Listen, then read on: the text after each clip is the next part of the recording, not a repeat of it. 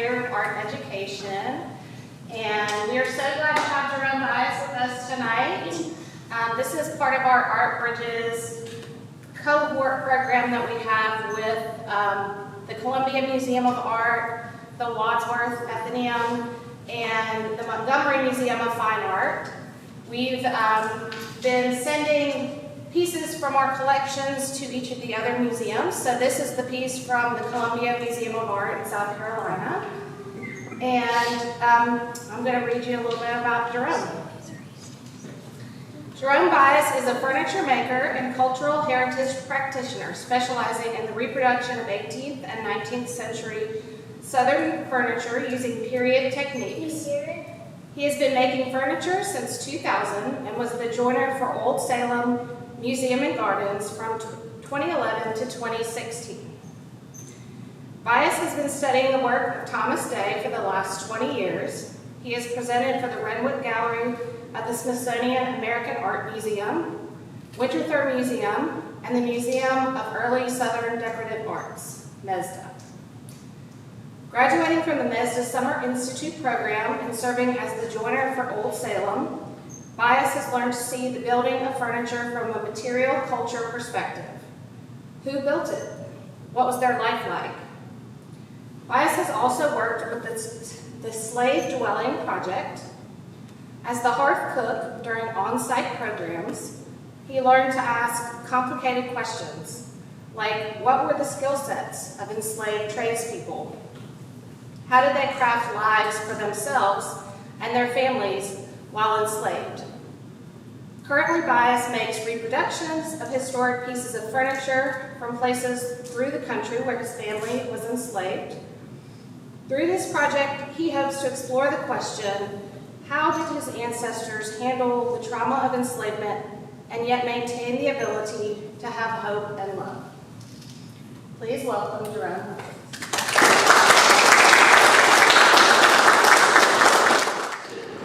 I'm a very visual person, so I'm going to go a lot of slides. If you see something you want to see more of, before I click away, raise your hand or say something. I was the joiner for Old Salem for a number of years, so I was used to third graders and fifth graders in front of me, so please make noise. The other thing to remember is, I know I'm down here in Alabama, and people in my family, people with supplication said, Jerome, you don't have a southern accent. But then my friends would go, oh yeah, you do, you're just from northeastern North Carolina. And what we do in northeastern North Carolina is the first half of our sentence makes lots of sense, and then we get a little quiet towards the percent of what you're saying. And we also talk really fast. So in case I start doing that by accident, please don't sit there and suffer. Say something. I'm used to third graders, okay? I'm also used to teenagers and having to pick on them to elicit responses from them. So be lively. We're going to get through this. Don't worry. I have one other question. What inspired him? What inspired him? Yeah. We're going to get there. It's a good question. I haven't had that one yet. And trained him. Going to get there too. Okay. All right. When we think of this experience of being enslaved in the 18th and 19th century, we often think of people toiling in fields with cotton, tobacco, and rice. However, when we look at primary documentations, in this case we're looking at slave broadsides of a slave auction, we see that enslaved people were actually trained in various skills. In this case, we've got carpenters, coach drivers, and an experienced driver. We know that the free and enslaved tradespeople were involved in the creation of decorative arts of various forms. We know that we had enslaved folks who built all those interiors. But we don't have any names. And that's where Thomas Day comes into the picture. Thomas Day, we've got lots of documentation. We know where he went to church. In fact, not only do we know where he went to church, we've got the cup, chalice, and paten that he used. We've got the family Bible telling us who all his people are, his mama and his daddy, and all of his descendants. Earlier this year, the state of North Carolina bought the Thomas Day Museum, which was a private, it used to be a little private group that was running, and they did a fabulous job, but it was time to move on. So the state bought it and created a state historic site. And they had all the descendants of the Thomas State that we could get hold of Thomas State descendants come together. And so we know who Thomas State VII is. And we know who the latest and youngest generation of the Thomas State descendants are. I'm really hoping one of these folks, either the little boy or little girl, will become a furniture maker. I'm really excited about that. They have was it just him carving or did he have what was your question? The question was it just Thomas State doing the work or other folks too? We're going to get there. So he was money motivated. So what? So he was money motivated, and he wanted to touch every aspect of everybody's lives. He wanted to get, in order to make a good product and make a product that he knew he was going to get paid for, he did vertical integration. He went into every aspect, and cabinet makers at that time, it was not unusual for them to become undertakers and cabinet makers. And he's doing because all of your coffins are made out of wood, and he's just making sure he's well integrated into everyone's home. Yes. And he's also being very political astute about how he's doing this. One of the earliest things he did was in 1830, he married Cole Wilson. Now, Cole Wilson's over in Halifax County, Virginia, 20 miles away. One slight problem. The laws of the state say that she can't move to North Carolina and stay. The laws of Virginia say, oh, we don't want any more free blacks in our state, so you may come up here. So what was he to do? Well, Thomas State went to the prominent citizens of Milton, 61 of them, and had them write a petition to the state legislature saying, please allow Thomas Day to bring Aquila Wilson to North Carolina. And that passed. That passed the state legislature, and what that meant was that it was also published in every newspaper across the state, giving him advertisement. But it also meant that he could travel more widely without fear of being taken hostage and put into slavery. This is the home of Romulus Sanders. This is a house that's typical of Thomas State's interiors, where this is the dining room, where you have a fireplace and two niches dressed up like that, and then you'd have a Greek Revival front porch. These are all designs that Thomas State would have done. He did. And that was the home of Romulus Sanders. Romulus Sanders was the state attorney general. And he signed off on the petition for Thomas State to move for Cole Wilson to move down to North Carolina. Go back. And he wrote a separate note saying why Thomas State should be allowed to do this. And he noted that Thomas State could be trusted because he owned property. And in particular, he owned enslaved individuals. And he could be trusted in case of rebellion. Many people have trouble with the idea of a black person owning slaves. How could he? Why would he? The state attorney general's statement that they could be trusted because he owned slaves pretty much says it all. Safety. The white people in power felt they could trust him because he owned slaves. And he would not start a rebellion. He was one of them. At that time period, you've got free blacks who are having white mobs running into their houses and trashing their places. Whatever it takes to make sure you're safe is what people are going to do. And that's the one thing Thomas State did. That was one reason why he might have said it. That was one possible reason for why he might have had enslaved folks that he owned. Why else was Thomas State owned enslaved individuals? I love this sideboard. We talked about veneers. And that is just a flame veneer on steroids. Anyone not know what a veneer is? Raise your hand and wave around like you know. Everyone knows what a veneer is? I'm a happy camper.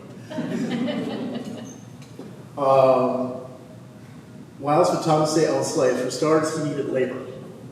As a black man, the socially acceptable source of labor in shops was that he owned would have been black craftsmen.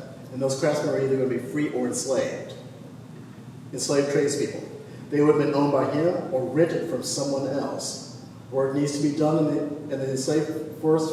Work needed to be done in the enslaved workforce of Dabney Cosby, the carpenter, the contractor that he worked for. Some of those folks would have been rented from Dabney Cosby, the contractor that Thomas Day worked with, and work needs to be done on those over 60 people that Dabney Cosby owned. We also know that at times, Thomas Day did hire white folks to work in his shop.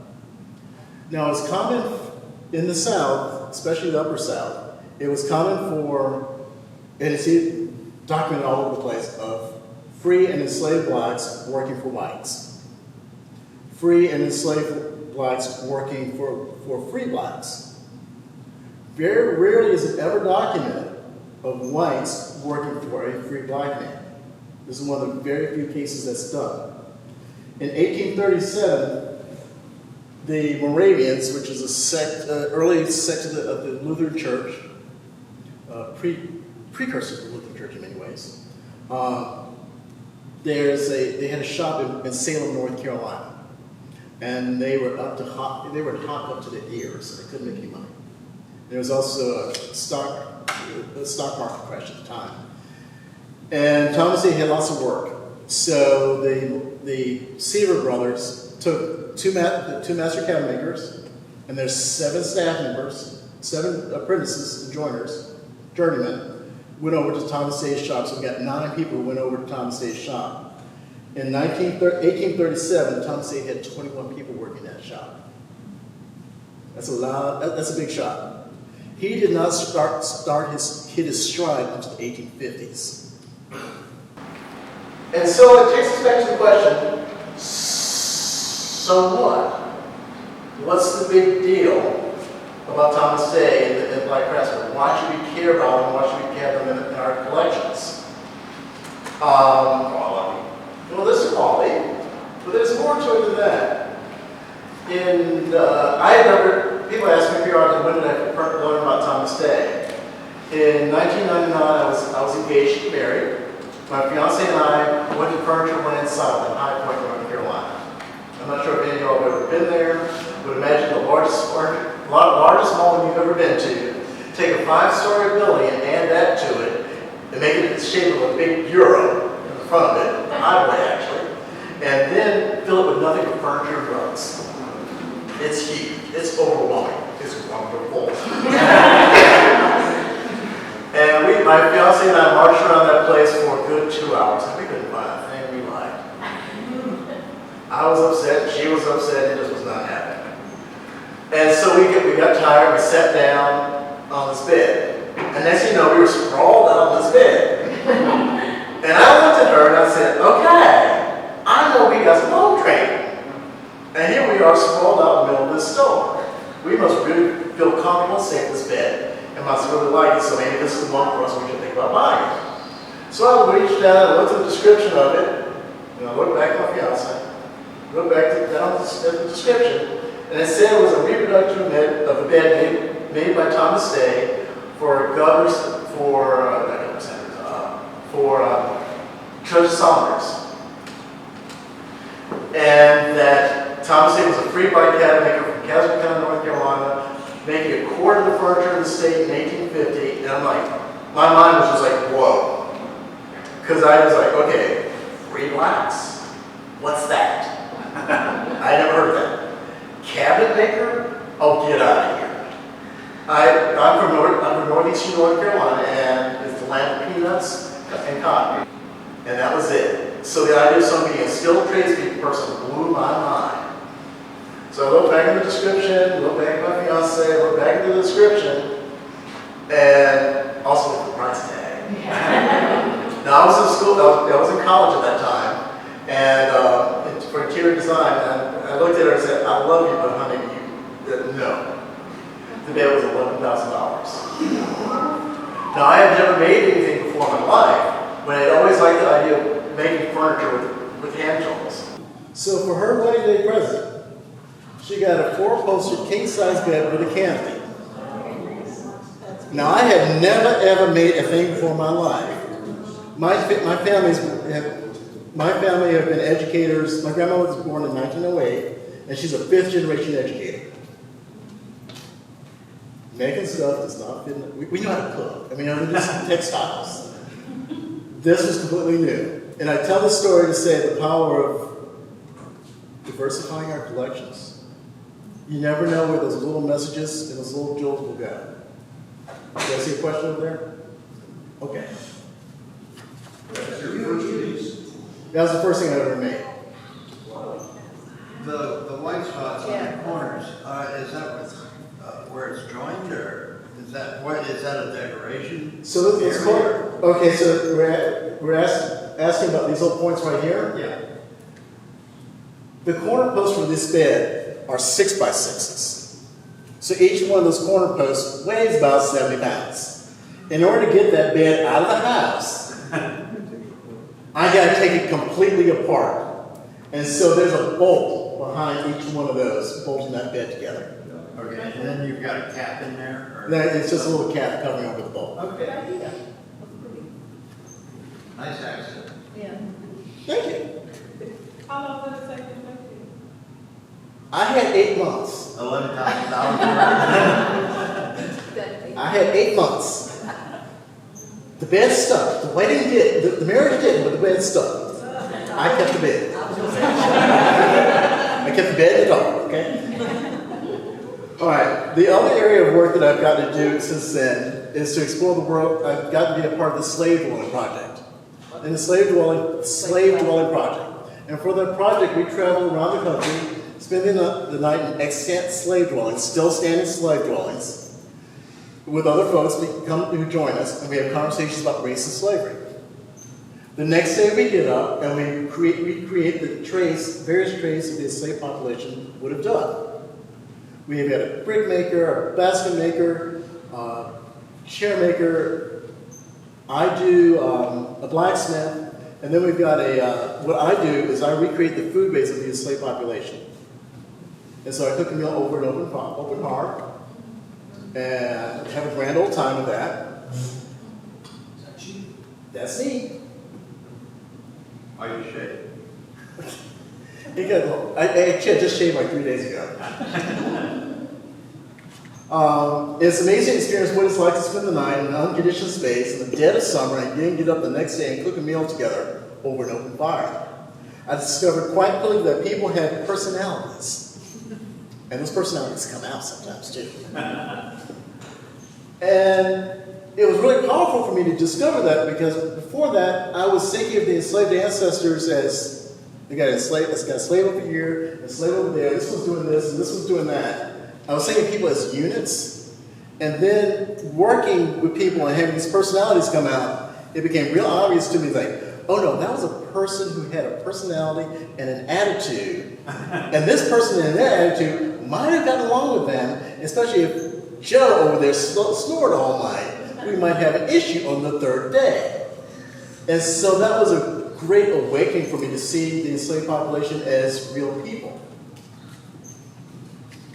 Sometimes they got along, and other times not so much.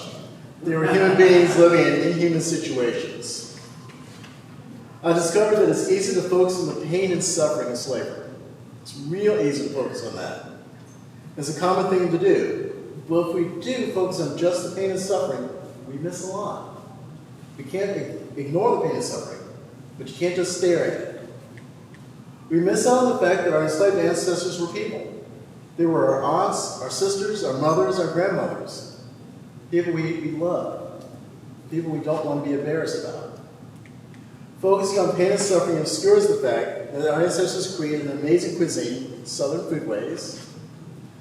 They formed fast family relationships, fast friendships, and they formed extended families. Focusing on the pain and suffering obscures all this. After the murder of George Floyd, I was asked if I examined how my interest in building Southern furniture related to my interest in Southern foodways and the experience of the enslaved. I said no, I had not, but I would be game to take a stab at it and write something about it. I said yes, but I had no idea where the heck I was going to go with that. In 1850, Thomas Daly had a net worth of $20,000, and he bought the most prominent buildings in the county, the Union Tavern. He put his residence on the second floor was his residence. The first floor he had a ware room, which is where you store furniture. People can come in and say, I want a chest of drawers, and they can walk up. They can have it packaged up and sent home. The other half is where he had his office. Behind that, on the other hand, Thomas Day built this little addition, these two additions. One of which, the screen section here, was a 2.5-story, 25-foot wide, 75 feet long factory. Then you have an addition to the side of that too. In that section, and then in addition to that, there were also outbuildings. One of the outbuildings contained a 6 horsepower steam engine. That workshop had five chimneys, 12 furnaces, 12 fireplaces, and I suspect it had a lathe, bandsaw, shaper table, and a planer, a Daniels planer. It was a furniture factory. It was set up the same way that furniture factories were set up in Philadelphia and New York. Almost exactly. Is the meal that you were talking about? So what? The meal that you were talking about? Yes. Did the steam engine run all that equipment? The question is, did the steam engine run all that equipment? Yes, it would have run all that. And it's really cool because you see the designs of this furniture changing in response to that. Where before everything was hand struck, now you can make these really wild, swooping shapes because you ain't gonna do it by hand, and that was a lot. People periodically ask me if I'll make furniture that he made, that he reproduced. If I would reproduce furniture that he made in the 1850s, I go, no. I only use hand tools. 1850s, financially everything was going great, money was in everything. Socially things were not going well. Beginning in 1840, white craftsmen were demanding increased restrictions on free blacks. They were invading the homes of even the most prominent free blacks in the state. There were petitions in the state legislature decrying free Negro mechanics for keeping wages low, and that they were degrading white artisans by having to work side by side with them. There was even a petition for black craftsmen to pay a tax to fund their deportation to Liberia. They wanted them out of there.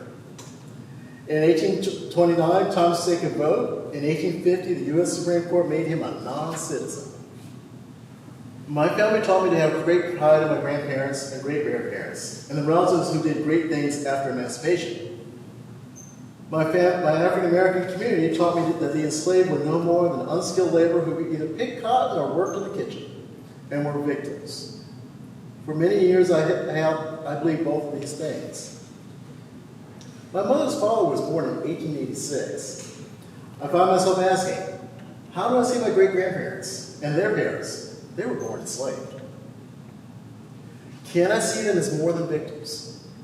Can I see them as more than people who triumphed over the way that they were treated by the white population of the country? Can I see them as people who had families? Can I see them as people who had likes and dislikes? Can I see them and acknowledge their trauma? And I had all these boards to make this china press, and I had to get to work and get done the cooking part. And so I got my boards straight and square and started gluing them up. And I was a happy camper when I got that far. Lord have mercy, that was a lot of boards. And this is me working my shop. Now, one thing I discovered there is that visitors would come through, and they could find. I found it interesting that visitors could wrap their mind around the idea that I was there doing work. They can wrap their mind around that easily. But when I came and talked about being a skilled tradesperson, and the enslaved ancestors being skilled tradespeople, their mouths fell open and they didn't know what to say. Or they just stood there silently. And left me with the question of how do we see the enslaved? When we do our tours of historic sites and museums, do we see the enslaved, or do we just see pretty objects? Do we include the descendants of the enslaved in our tours? Why should we? At times, why not? Why do we not? It was time for me to pack up, and I I had a hard time with it. I felt sad. I felt sad leaving the ancestors behind. I felt sad leaving the love and support that they had offered. I was grateful that I had been able to be in this space and see them and to hear them. I was exceedingly grateful to give voice to their lives and the love that they had for each other. I'm not sure when was the last time that there's full stories of their lives have been heard, and I worried that no one would tell their stories after I left. But I backed up and went home. I had assumed that the reason why my elders never talked about the family's experience during slavery was to avoid the pain, the feeling of pain, and perhaps there was more. What do you do when the emotions are so big there are no books on how to feel them? How does one sit with both the trauma of American slavery and the hope and love that survive the purified cauldron of fire and still move on with life? When does one find time and energy to grieve, to celebrate? In my either hubris or naivete, I came home from my time at Belle Grove and went right back to my normal life. I didn't know how to weigh the cost of doing the work that I did at Belle Grove. I didn't know how to recover and recharge, and so I powered on. Fighting the feelings of exhaustion, I floundered, inadvertently dropped responsibility, and forgot about appointments. Listen to the ancestors. What do I hear? Cancel the meetings and appointments, ignore the emails, go to the shop and work. We will heal you. We love you. I thought it was crazy, and I thought I had things to do, but off to the shop I went. The first project I did was the front door of my house. It was inspired by the millwork at Belle Grove Plantation. My grandmother's people had been enslaved in Bowie, Maryland, which is where this plantation house is. Interestingly, when I visited Bel Air, I was told about the racetrack and about the 5,000 acres. And when I went to ask about the enslaved population, how many people were held there, what were their lives like, or anything like that, I was told we don't talk about the enslaved population. The latest project that I've been working on is a recreation of this Georgia slab table. I love the legs of this table. I love them because they look like they could dance across the room. When I see this china press, I see it as a witness of the enslaved families who lived and shared love in the kitchen quarters. I'm restoring my house, and I want to celebrate the love of family and traditions that my ancestors, free and enslaved, had for each other. These pieces of furniture that I'm making celebrate the love, tradition, and memories and hopes that my family have developed over the years. And so we're back to the furniture of Thomas Day and the enslaved men working in the shop. When I see it, I see a beautiful piece of furniture. But I also see a chance to talk about how the ancestors experienced hope, love, and trauma. More importantly, I see a chance for conversation on how that hope, love, and trauma manifests in our lives today. Thank you.